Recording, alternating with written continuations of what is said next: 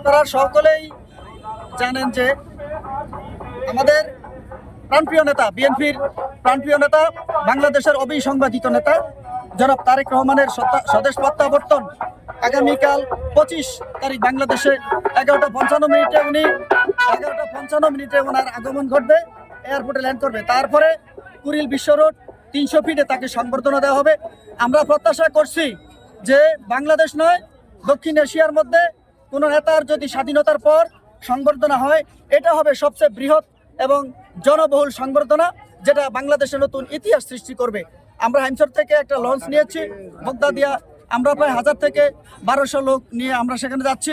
চাঁদপুর থেকে প্রায় 50,000 লোকের মতো যাবে। আমরা প্রত্যাশা করছি তারেক রহমান আগামী দিনে প্রধানমন্ত্রী হবে।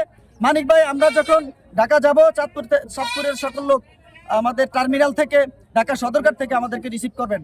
তো আমাদের যে কথা ছিল, লক্ষণীয় উদ্দেশ্য কথাটাই ছিল এরকম যে বাংলাদেশ নয়, দক্ষিণ এশিয়ার সর্ববৃহৎ স্বদেশ প্রত্যাবর্তনে কোনো রাজনৈতিক নেতাকে যদি সংবরণ করা হয়, বরণ করা হয়, তাহলে এটা হবে দক্ষিণ এশিয়ার মধ্যে সর্ববৃহৎ একটা